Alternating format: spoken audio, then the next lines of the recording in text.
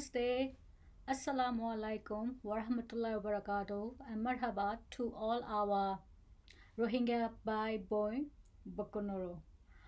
So welcome back to the second episode on the Rohingya Genocide Remembrance series. So for the second episode, we do have a very, um, you know, I don't even have a word to describe about him because he has done so much at a very young age. But probably I will give you guys a hint so that you will know who am I talking. So this young Rohingya is the founder of Rohingya Literacy Program and also education coordinator for Rohingya Human Rights Initiative. Not only that, he has also a Global Youth Peace Ambassador recognized by Rajiv Gandhi National Institute of Youth Development under the Ministry of Youth Affairs and Sports by the Government of India. And in 2017, he has been awarded the South Asian People Choice Youth Leader Award by International Youth Committee. And recently, he has worked as an assistant director and also a dialogue writer for Bollywood upcoming movie known as Rohingya People from Norway. So please welcome our rebellious, resilient, and terrific Rohingya by Ali Johar. And also, he has got a small gift for us in the future. And you wait and watch, and you guys will find out what is the gift. Oh, Assalamu alaikum to Ali Johal. Thank you very much, to present, in Empower Success Media and sharing your life journey experience with us. So how are you today, Ali Johal? Walaikum assalam, and thanks for giving me this opportunity. Alhamdulillah, I'm well. Okay, so Ali Johal, so as you know, you're gonna share your life experience with us. So I'm going to ask you a few questions. So, the first question is, please tell our audience, about your life journey in Myanmar before genocide. So I was born in Butidong Township, Ward number 1, to a businessman called uh, Amanullah, and my mother name is Amina Khatun. She belongs to Thong Baza, and both the area comes under Butidong Township only. So I was born in Ward number 1. When I was 10 years old, I was attending primary school in Butidong.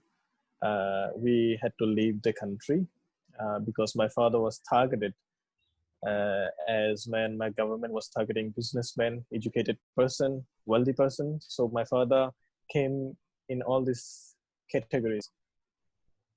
That's why we had to leave in 2005 to seek refuge in Bangladesh. That's quite extended and hard journey for you. So why you guys are staying in, Buridan, Myanmar? So you mentioned your father was a businessman. But what kind of business he did in Myanmar? He had export-import business, and we had trucks to carry goods from Botidong to Maungro, and boats to carry goods from Sitwe to Botidong Township. And we had telephone as well, as during those time, telephone was very rare in the area, and my father was the second person who bought telephone in Butidong Township, and he was affiliated with political organizations as well, USDP. So he was a quite elite Rohingya there within those days. We had business of export import, like iron exporting, importing, and animals exporting, importing, and food materials as well. Okay, so that's quite so you know that your father was into business, so you have learned how he has done a business in Myanmar and all this journey. So you know what? So you were just only 10 years old, and how you and your family face this kind of sudden genocide? It was really hard, to know after what a country is for a person. While I was living, it was I don't know, I was leaving my beloved country and home because I was just 10 years old and I was attending primary school only. But after realizing, what a country is, how a belongingness is, you know, this realization is very hard. So our family faced a lot because we were targeted by the government. My father was arrested, uh, and he was imprisoned for 27 years as a political prisoner. But he had some sort of connections with the higher authorities, and we managed to escape within 6 months of his arrest. And after 6 months, he was released with an option to leave the country or to be encountered in the jail. So a lot of his friends were murdered in police station, in jail, as uh, they're just they're they were uh, they had they were sorry, I got emotional. It's relating with your experience, so I can understand. Sorry to ask you this question though. So even now he describes how uh, his friends have gone through, how he was tortured in the police station and in jail. But uh, like a lot of families, we are fortunate enough to escape from this genocide. But there are a lot more who have escaped than that number that have faced arbitrary arrest. Uh, they were being killed. Young people. My father describes, the torture he have witnessed uh, with his friends and fellow prisoners, and all the assets were being taken by the government. We couldn't bring out, you know, anything except our clothes on our body. So the question is, your father was a successful businessman in his time. So you mean to say he just got arrested because he was, having a business contact with another political party? Is it how he got arrested? He was affiliated with USDP, Krenkarin. So I I know a lot of people who are listening. They know about MI. Yeah, So this armed group were collapsed by the military. So exactly. after this, a lot of uh, politicians, businessmen, educated people were being targeted and arrested. So among those people in that list, my father was also included, as my father was affiliated with politics as well as business. So it was a quite well planned genocide that Myanmar government has been conducting since the military came into power. Uh, uh, the harder consequence came later. It became a dictatorship from 1982. Exactly. Most of minority tribes are facing this issue, and it's just indescribable. And this is kind of very bad. It's like you are killing your own people. It's like we're not gonna progress. It's like very unbelievable and quite humanitarian exploitation, no, I mean, this kind of thing doesn't exist in the other part of the world. I mean, in my experience. So Yeah, it's kind of, born a Rohingya in Myanmar uh, after, especially 1995. It became like a subhuman, and Rohingyas are being dehumanized and, put into corner that they don't survive. actually, nowadays, when we look at the history, it's not only Rohingya, I mean, Rohingya suffer the most, but slowly, slowly, we are seeing they are also targeting on other minority as well. Like, I think you have done your primary school in Burmese school. Like, I have been to Burmese school as well. In the history, they only teach us there's only 8 tribe in the history book, but we have got more than 8. I mean, and this 8 is like, it's they've been official, and also our education system, if we look at it, is still 1988. I mean, we are in 2000, 20th century, but education is still 1988. So this is kind of like, very bad for the public to progress further if we keeping this 1980 education system, don't you think? What is your opinion on it?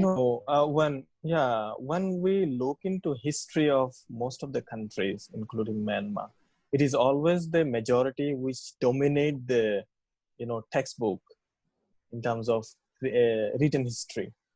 So if they were violent, it will be shown as a resistance uh, against other communities.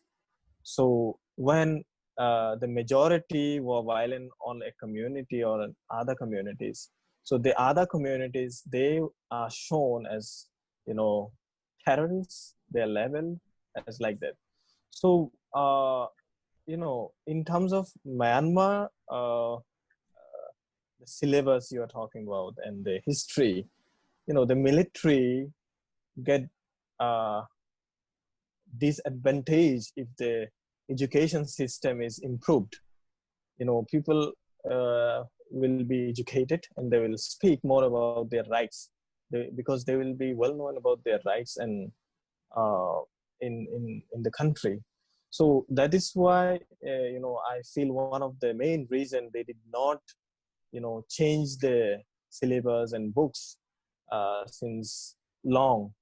They're teaching all this history which are being written by the majority and perspective, not in terms of real history, uh, so that they can brainwash the majority as well as the other communities. The minority, feel like they don't belong, so that they are being Burmanized. That is the main reason, in Burma we are facing a lot of, in Myanmar we are facing most of the problem. The Burmese community, they want to Burmanize all the community.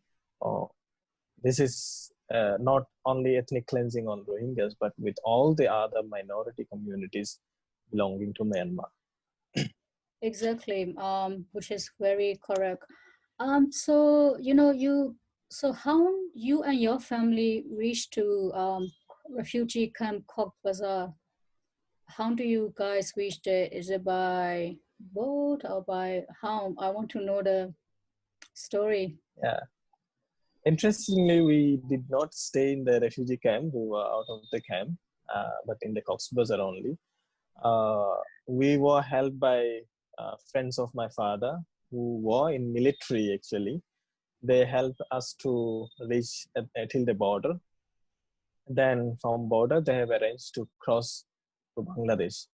So by boat, with military jeep, we reached to border. Then by boat, illegal means we had to cross. Although my parents had, passport, so we had to leave the country from informal way. And there was my paternal uncle since long, since 1995. Then he helped us to settle there somehow. We could bring some amount of money, although it was a very emergency exit from Myanmar. Uh, that helped us to stay there and establish uh, ourselves. So I was, including me, my siblings were attending formal education in Bangladesh. But unfortunately, we had to leave Bangladesh in 2012 because of the another, you know, riots that freshly happened in 2012 in Mongdo. Yep. That led a lot of people to flee to Bangladesh, and Bangladesh was not accepting. Yep. They have closed the border, and they were arresting people already in Bangladesh having no documents. Okay, so that's gonna be very hard journey. So when as far as I know, your father was businessman, and suddenly you reach to Cox's Bazar as a refugee. What do you learn in this life experience? It's like, a better life to, very, it's like, someone take your identity, I would say. Like, how did you manage to do that?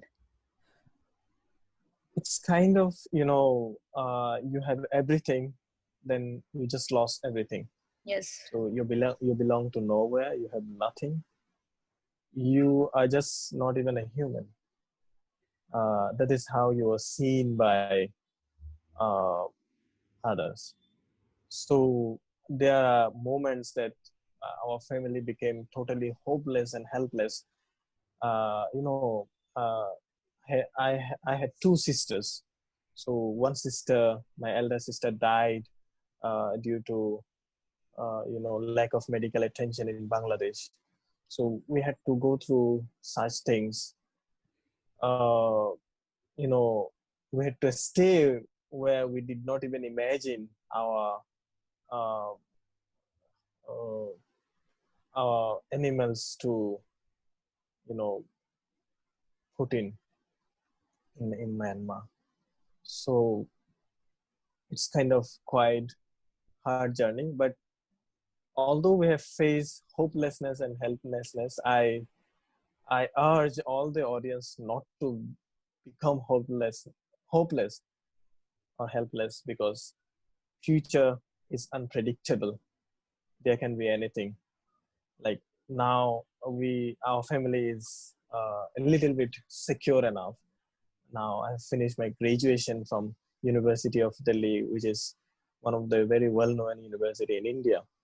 And my sister is the first Rohingya girl to attend university in India.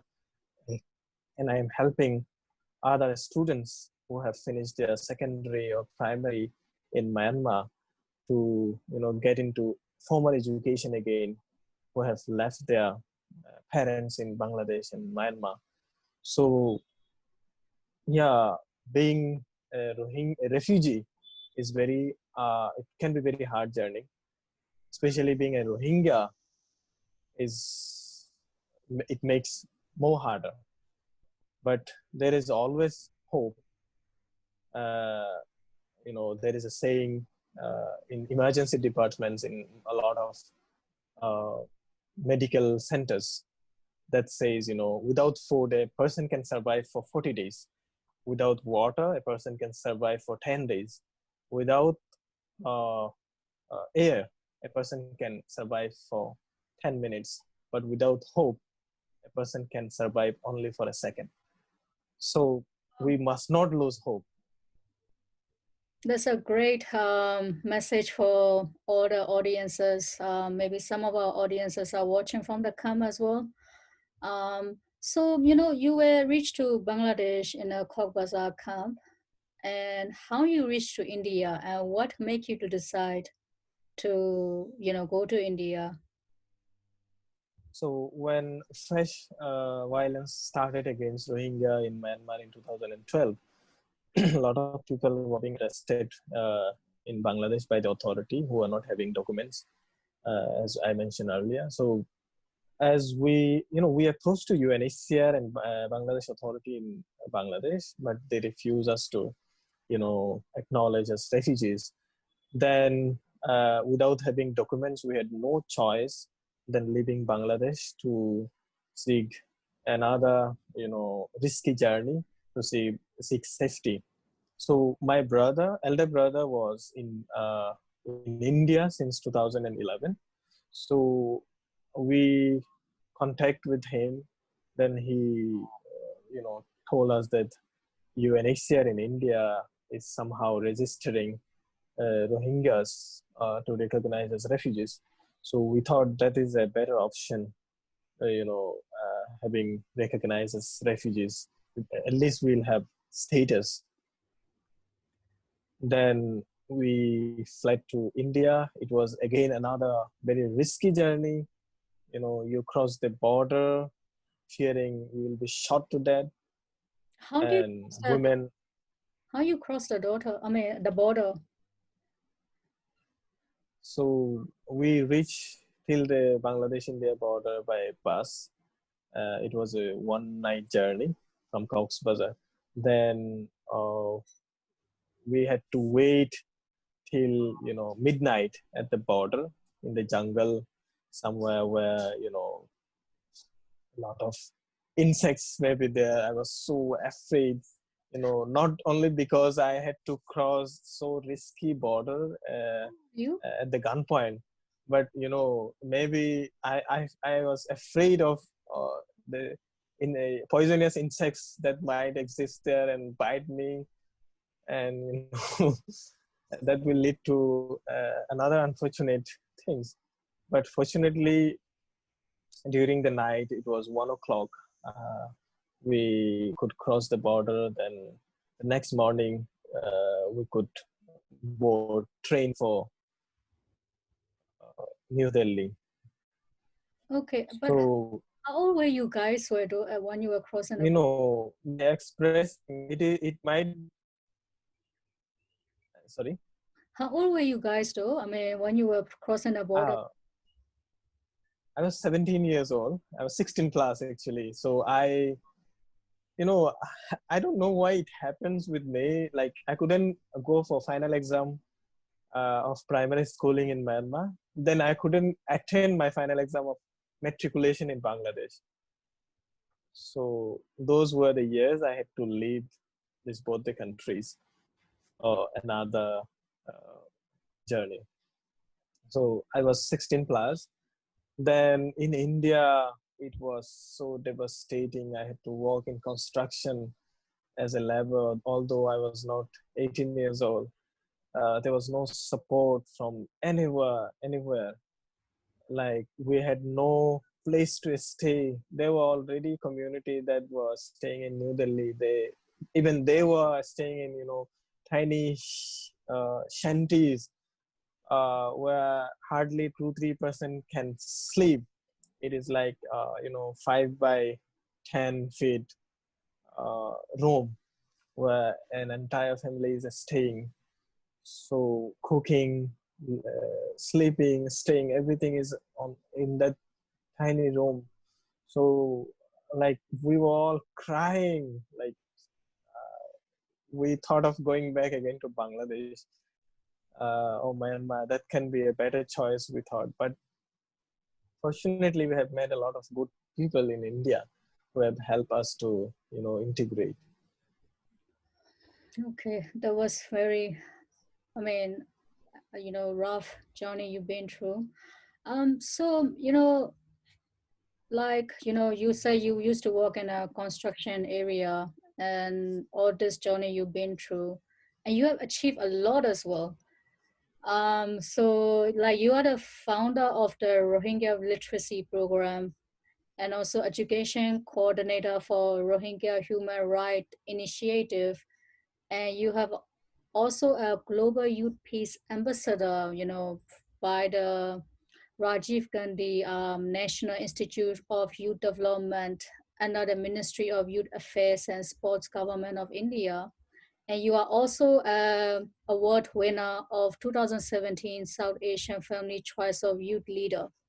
So how you got all these at young age?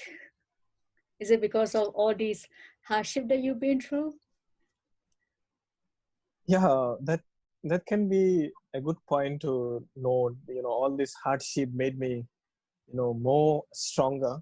And resilient. And yeah, and since 2013, I have got a lot of supports from, local people in India, as well as activists from across the world. In 2013, I got admission to class 10 again. Then I finished my senior secondary. Then I got admission to university. So that made, headlines for the community. And when people approach our community, they just pointed at me. So Ali is the person who can speak for us. Ali is the person. Actually, it is the community who helped me to, who gave this platform, who helped me to achieve all these things for them, not for me. Actually, it is not me who achieved.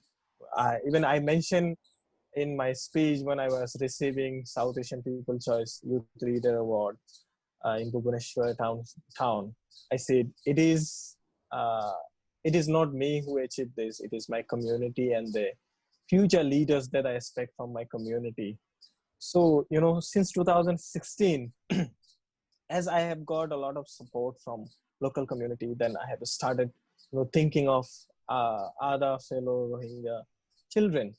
What can I do for them? Because there are a lot of them who are just into child labor, child marriage, because of the shelter they have, because they have left their family members, parents in Myanmar, Bangladesh, and they're just helpless and hopeless. Among them, many are there who have finished their matriculation class 8, 7, 6 primary level. So when I went into community to meet what are the problems they're facing, all the parents just complain, urge about education. We have left everything, we have nothing right now. Our future seems gloomy, but we don't want that to happen with our children. So as a teenage who is just 18, 19 years old, I was, I don't know what to do. Then, with the help of local communities here, with the help of my community, I formed a group of youths. That was the initiative, first initiative. I started working for the community under the banner Genius Rohingya, Burmese Rohingya Youth Club. So first we have started with sports and and activities which engage local community and the refugee community, not only Rohingyas but also other communities as well. So we had more than 100 members from across India who are helping us to engage with all other youth as well. Then we have came to know there are a lot of youths who are just helpless and they need education. Then after that, I've with the youths that are with me, we founded Rohingya Literacy Program to help all these children with a scholarship and facilitate admission to formal education, schools and universities.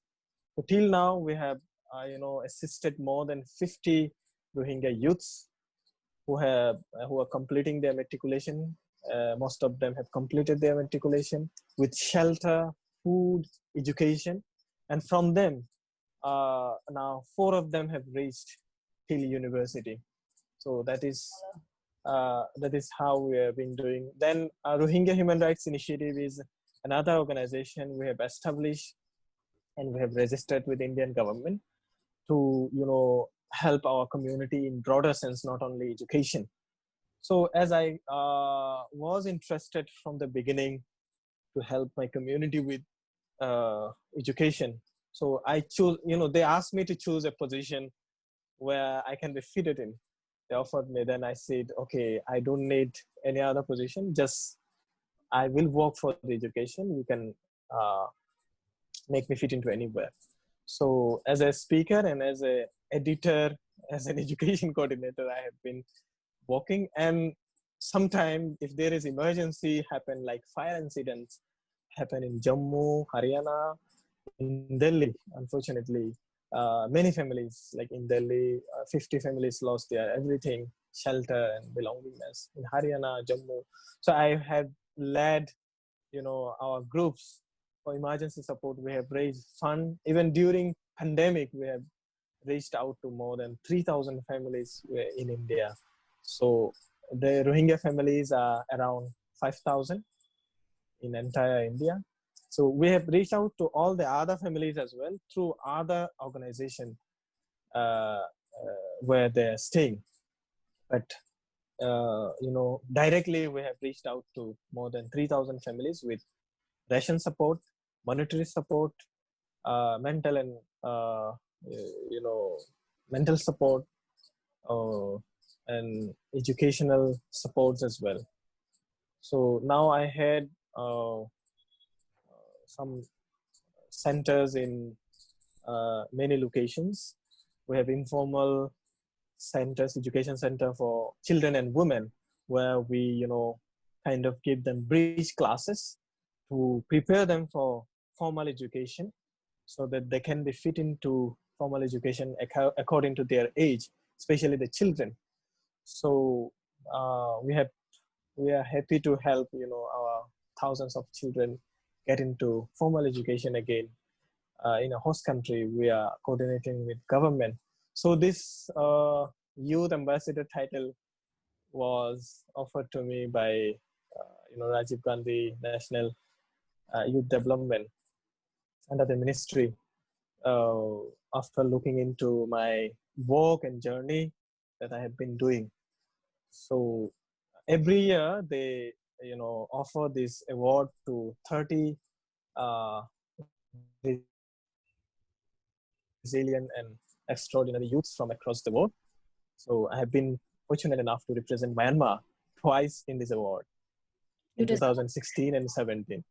you deserve it because you done more than because you're doing from your heart, so you deserve it. So this is quite very inspired for our young Rohingyas. Some of them are living in overseas like Canada, Australia, America, and all part of the world. And I think they need to start learn, taking initiative how to help, our unfortunate brother and sister back. Because if we now look in this 20th century, I mean, like all other culture have got, so many arts, but our Rohingya is kind of leaving behind, it's kind of quite sad for me as well. But when Yeah. I'm seeing that you are doing this much great works, which is very inspiring, and I think our audience, whoever is watching, should learn from your journey. Maybe they should do a little bit. If they cannot do a lot, maybe 5% or 10% even, much better. And also another very, very interesting thing is, people are waiting for this movie, Bollywood movie, which is done on Rohingya. So Rohingya people from Norway. So we have heard that, you contribute so much, a lot in the movie. So please share us, about your journey in the making this Bollywood movie. Yeah, thanks actually for asking this question. Actually, before going into that, I want to put into another light from the educational perspective that I always urge uh, everyone from even our community. Our community's solution is political, not humanitarian. Humanitarian look like an emergency crisis, but if we don't act politically as well, we might fail our next generation, like we are suffering. So I always urge everyone, if you are able to support, just support one child to carry out his education, formal education, anywhere. If that child can be in Bangladesh, that child can be in Myanmar, that child can be in India, that child can be in anywhere in a disadvantaged country. So if we support a child to get education, to become educated, then we are lifting an entire family when the child become educated. Then again, an entire generation will he will pass Yes. his descendants. So Yes. when a person gets educated from one family, his entire next generation get educated. So it happened with my family. My father was the first person to get education from our uh, grandparents' side. So then my mother was also interestingly has completed till class 8 level during those days. So uh, they have supported us, although we had suffered with even daily food, we did not give up on education. So that is how now our family is, somehow managing enough with ourselves. And as we are managing enough with ourselves, we can able to help other features as well. So that is how we have to look into. We must encourage and give opportunity to younger generation so that we don't fail with them. So when coming into the Bollywood movie, uh, so Haider Khan is the director and producers are from India and Bhutan, and we have uh, stars from Bangladesh and Bhutan. Bhutan is Mr. Bhutan. He was a commando also in the military. He is the lead role, and it is a story of a girl, Rohingya girl, who have escaped genocide during 2016-17 and who have lost her family member, entire family member. But before that, her sister left to India searching a better life, and she is in detention. So she left to Bangladesh. Her name is Hosnara, the lead role. Uh, she fled to Bangladesh, joining the exodus of 2016-17. Then, in search of her sister, she fled to India. So that is how it will be put into light on the Rohingya suffering. But it does not show the history or the mass exodus or the violence that had has happened directly, but indirectly through her story. So it does not goes again any religion, any culture, any country, or any group, even the Myanmar. Or maybe it will go against some sentiments, as Myanmar has carried out genocide against Rohingya.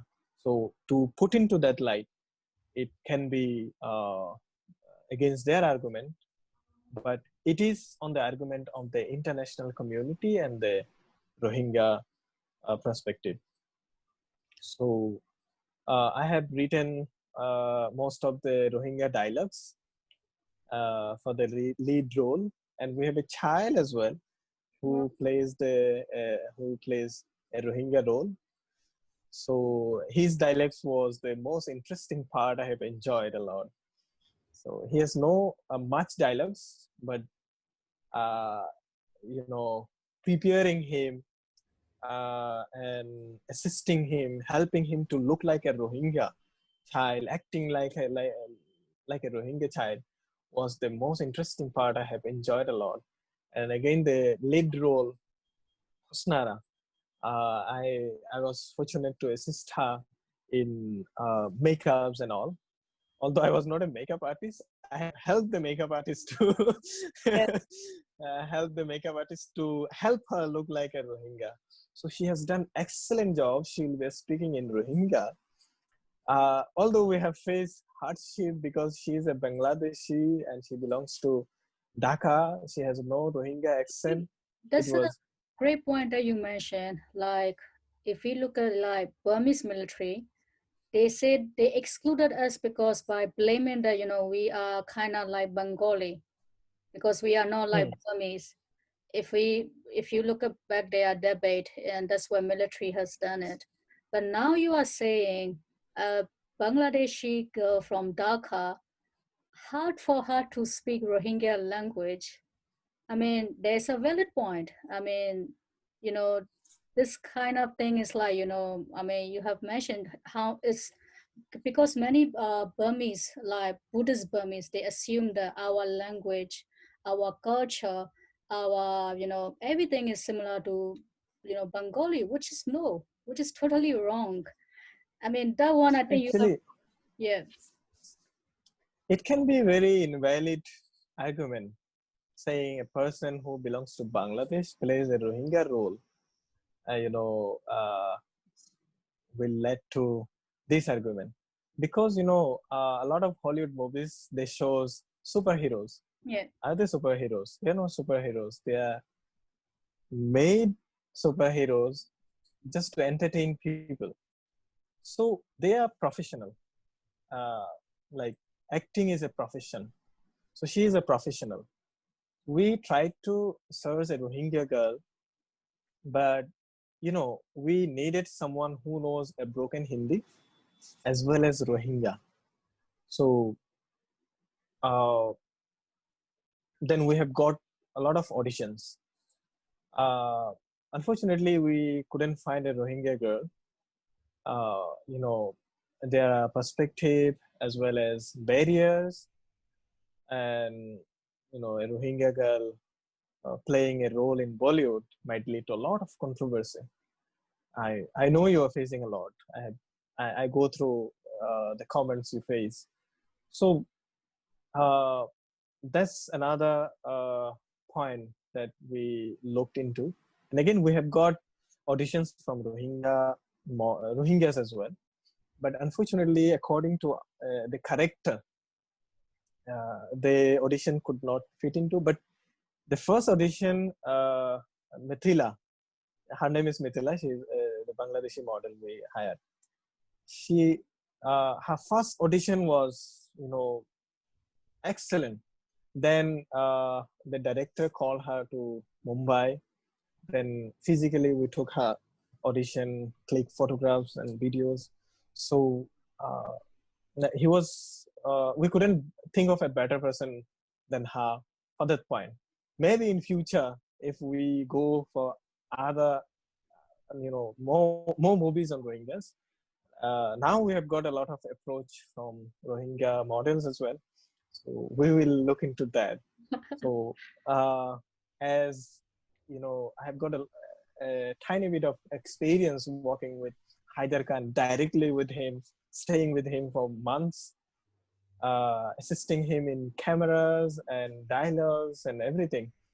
That led me to write, encouraged me to write uh, some more dialogues. So I am working with two projects right now uh, that will be some more surprise for the Rohingyas. I believe there is nothing like that happen or done for Rohingyas till yet. So we are trying to approach Hollywood right now after this Bollywood. inshallah. So interestingly, we have got a lot of good response as well. After we release this movie, we'll get a lot more attention from other media houses. So that will help us to uh, reach out our goal. And again, this is just a first step. But my question before was, how you were saying how you were training, Bangladeshi girl to speak Rohingya language, how you made her to look like Rohingya. So my question was, as I was telling before, in Myanmar, the some political people they brainwash the whole country that Rohingya are like Bengali, they don't belong to here. So like you were sharing your experience that a Bangladeshi girl, it's hard for her to speak Rohingya language. It's hard for her to be like Rohingya. According to Yeah, you, actually, yeah, hmm. according to you, Rohingya look similar more closely to which culture? Isn't it Myanmar culture like Rakhine people? Like dialects are pretty similar, literacy are pretty similar, even the dress up. personality. Interesting. Interesting argument is that we are not Burmese. So maybe some people wrongfully take us Burmese. We are not Burmese. Burma came to us. We didn't go. We did not go to Burma. So we are not Burmese. We belong to Indo-Aryan race. If we look into the history, Indo-Aryan race means we are Indian race. So yes, we might have a lot of cultural similarities with Burmese because we are attached to this community and we have similarities with Indian cultures as well. The way we look like, maybe the way uh, we behave, our food. So this argument, making us Burmese is totally invalid in my viewpoint. We are not Burmese. Even if we go to more into deep history, it was in 1784 when Burmese annexed our Arakan. It was the third, military operation attacks by the Burmese on Arakan, which was an independent state, an independent kingdom, Morocco kingdom, led by Rohingyas and Rakhines. So they came to us, annexed our area, and asking us to become Burmese. That can never happen. Coexistence can happen, but Burmanizing us will totally fail. That is resulting into a genocide. Okay, so thank you for that. So the last question is, we have heard that, you are going to, write your book. I mean, it's been already written. So, so can you tell our audience, what is the book is about, if you don't mind to share, and so that our audience will know, your books when it's published, so they are ready to read it, they are ready to buy from all over the world, especially for our young Rohingyas who are living nowadays internationally. Yeah, the book title we have written is uh, Rohingya experience in India, but it will give a perspective of South Asia, including Myanmar, Bangladesh, and India. Why people are taking all this risky journey and all. So there are stories of survival and resilience. So uh, quite interestingly, it will be the one of the first book written by Rohingyas on Rohingyas. There are a lot of books and writings on Rohingyas that are written or done by non-Rohingyas only. Yes, That gives perspective of them only. So it is through the perspective of Rohingya themselves. So uh, it will be quite interesting uh, when people, come to know and read how Rohingyas are also, taking lead in their hands for themselves. So that is one of the actually solution we need. As of a solution is political. Most of the decisions taken for us is not taken by ourselves. Even the repatriation deal is done between UNHCR, Bangladesh, and Myanmar. None of the Rohingyas knows what is reason in that. So these things should be changed, and it can be only changed when we take up our leads. exactly. So when we started So taking, this book will give the perspective of Rohingya by themselves to the larger audience, including Rohingyas. exactly, because you are telling the truth, because most of the books out there is written by non-Rohingya, so they don't know the real pain what Rohingya go through. So only we will know what kind of experience we face, what's the reality, and then they will understand more the international media. So thank you so much for sharing your experience with us, and we going to wish you good luck for your movies and also for your books. And Allah will keep blessing you more and more because you deserve it. But before we leave, have you got any special message for our audience, especially Rohingya people? so that they will have great hope for better future, for better community.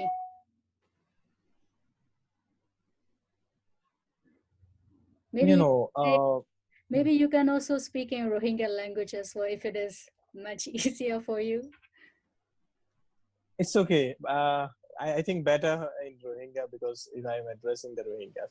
So, ara tu oje fara ara bodulla problem okol face gore ara deshe ara re kobul nogore ara ara dase duniyayo to kobil gotte ara feel করে দেখি ara হতে পারে রে ara দুনিয়ার মাঝে belong নগরি ফেললা লেকিন ফতিয়ান situation দা আছে temporary তোমার অজ্ঞতা আছে আইলে হামাগাই বাজায় রে আরেকখান দা আছে নয়া জিন্দিগি শুরু জিল্লা রাইতাইয়ে ইন্দিল্লা বিনা হজরত ফর জিন্দিল্লা আর হঠাৎ কেন হদা আছে দেখি জিন্দিল্লা বলে গিয়াও গুব্বারও জিন্দিল্লা আদারও ইন্দিল্লা বলে জন্ম তুয়ান্ন তো Sí, ওই আরা আরা এখন দাস আরা কমিউনিটি এখন বেশি প্রবলেম থ্রু ফেস করে জিন্দেগি গনিলে গণানো যাতে দুপুর লেকিন এন্ডিল্লা দাস আরা হিস্ট্রি जो চাইলে বহুত কমিউনিটি আছে যারা নাকি ইল্লা প্রবলেম থ্রু ফেস করছে লেকিন এখন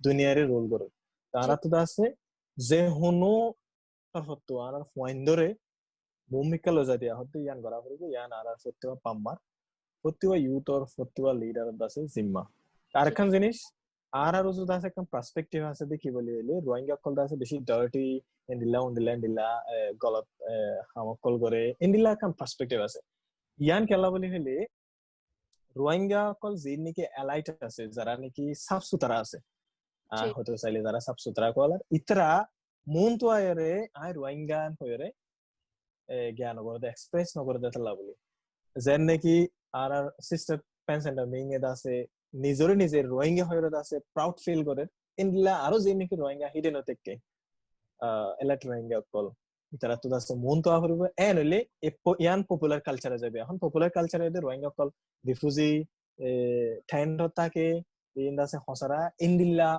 আর আর আছে অন্য কম এটা হারিলে যদি আর আর যে নাকি এলাইট আছে তারা যদি নিজের নিজের রোহিঙ্গা হয়ে দেশে এক্সপ্রেস করলে দুনিয়ার মন তো আইলে পপুলার কালচারে বইরে আর আর উজুদ আছে কমিউনিটি যে পার্সপেক্টিভ আর আছে বেহতর হইব Gigi, you have said the right word, the right sentence. Like Ara Como Mazem, there are so many Rohingya who are doing very well. They are doing very well in, like in Yangon, in Mandalay, and, in other part of the world. But they are not helping back their community. I remember when I got this platform, my close one, they told me, don't say that you are Rohingya because it's very risky in future. I say no. I mean, I'm proud of being Rohingya. And what's wrong? Because even if you take anything from me, I'm still Rohingya. That thing you cannot take from me. So definitely yeah, and even my close one, my own blood one, they told me don't say that, but I say no, I will say it. This is how I came. And because I have learned my lesson, because after I lost my father, I have seen another life as well that I have never ever learned from my education. You know, I think the life I believe, even I'm a Muslim girl, like in Quran, we have got Surah Nur. The Prophet Nuh faced a lot of problem. At the end, he became a king and he ruled, everything peacefully, nicely, humble.